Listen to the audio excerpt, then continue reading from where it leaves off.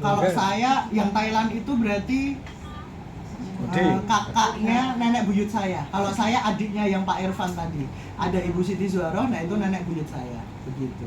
Anak putri bungsunya Kiai. Kalau saya sendiri sudah canggah. Jadi saya di umur 20-an ini canggah, tapi dari jalur yang lain yang namanya canggah itu bisa sebapak begitu karena usianya gapnya jauh sekali, tapi sama-sama canggah begitu. Ya luka-luka Mas, umur 20 sudah nikah. Kalau saya sendiri berprinsip dan berkonsep mapan itu lebih penting begitu. Kadang juga mapan itu bisa kita artikan mapan turu dulu juga boleh begitu ya Pak. Jadi masih menabung begitu. Iya, monggo silakan Bapak. Tadi keterangannya Mas di Jawa tadi loh. Oh, makam yang berbeda itu ya. Oke, baik. Ingat foto yang saya tunjuk tadi Bapak Ibu? Nah, itu namanya Ahmad Dahlan juga. Tapi Ahmad Dahlan yang lain. Beliau adalah cucu Ahmad Dahlan pendiri Muhammadiyah. Kebetulan sekali namanya sama seperti kakeknya. Beliau punya ayah namanya Kiai Haji Hilal. Dalam keluarga besar kita menyebutnya biasanya Dahlan bin Hilal. Kenapa saya katakan itu jadi kunci? Karena ada yang tahu makam Kiai Dahlan di mana? Karangkajen. Yang Siti Walidah di Kauman ya. Jadi ceritanya begini, ketika Kiai Dahlan meninggal, maka dicarikan pemakaman khusus untuk muslim, ditemukan di Karangkajen. Kenapa Karangkajen? Di sisi lain, Karangkajen itu juga menjadi makam keluarga bagi ayahnya Kiai Dahlan gitu ya. Maka dengan mudah bisa diantarkan. 23 Februari 1923 itu Kiai Dahlan meninggal. Selang 23 tahun kemudian, tahun berapa ada yang tahu? Yang Ibu Aisyah Siti Walidah meninggal tahun berapa? 1946 yang benar. Jadi tanggal 31 Mei 1946 itu Siti Walidah meninggal dunia karena usia yang sudah sangat tua. Nah, ketika beliau meninggal, harusnya kan dalam logika kita bisa dimakamkan dekat dengan suaminya begitu ya, apalagi anak, cucu, cicit canggah dan menantu itu semua di Karangkajen semua. Tapi tidak, Nyai itu di Kauman. Kenapa di Kauman? Pertama kita bahas logika sejarahnya dulu. 46 itu kita menjelang agresi militer. Yogyakarta menjadi ibu kota sementara, betul nggih? Maka ada aturan-aturan agar tidak mengadakan gerombolan yang besar. Bagaimana tidak besar kalau orang Kauman meninggal pada waktu lalu? Dibawa ke Karangkajennya itu tidak menggunakan kereta, diusung bersama dari sini ke daerah Jogokarian tadi, sehingga tentu akan menimbulkan gerombolan besar.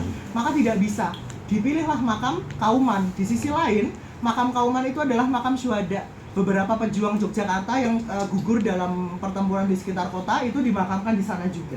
Itu secara logika sejarahnya. Dari yang secara internal berkaitan dengan Dahlan bin Hilal. Jadi Dahlan bin Hilal itu meninggal di usia sebelum menginjak 22 tahun. Jadi sangat muda sekali.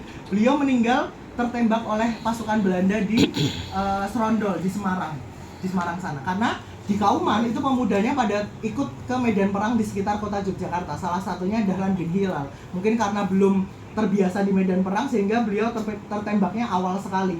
Nah, ketika tertembak, dimakamkanlah Ahmad Dahlan bin Hilal di belakang Masjid Gede Kauman karena makam syuhada tadi.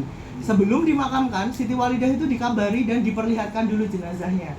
Di situ Siti Walidah merasa sangat sedih sekali sampai menangis. Beliau ada yang bilang juga sampai mengurung diri beberapa hari begitu. Dan akhirnya ketika beliau pulih kembali, beliau itu berwasiat, kalau nanti saya meninggal, saya ingin bisa dimakamkan dekat dengan Ahmad Dahlan bin Hilal ini. Karena kebetulan Dahlan bin Hilal ini adalah salah satu cucu kesayangan beliau begitu, yang menemani masa tua beliau di rumahnya beliau begitu. Dan akhirnya dengan qadarullah, dengan alasan menjelang agresi militer tadi, akhirnya bisa dimakamkan dekat dengan Ahmad Dahlan bin Hilal tadi. Kalau tadi kita sempat mengintip ya, ada makam, ada gerbangnya, kemudian makam yang paling pojok kiri warna putih itu adalah makam Siti Walidah. Kalau tadi Bapak Ibu sempat melihat makamnya, saya ada fotonya sebentar. Makam itu sampai sekarang masih berdiri dan sebenarnya hampir ada usaha untuk menyatukan makam kedua pahlawan nasional ini. Kapan?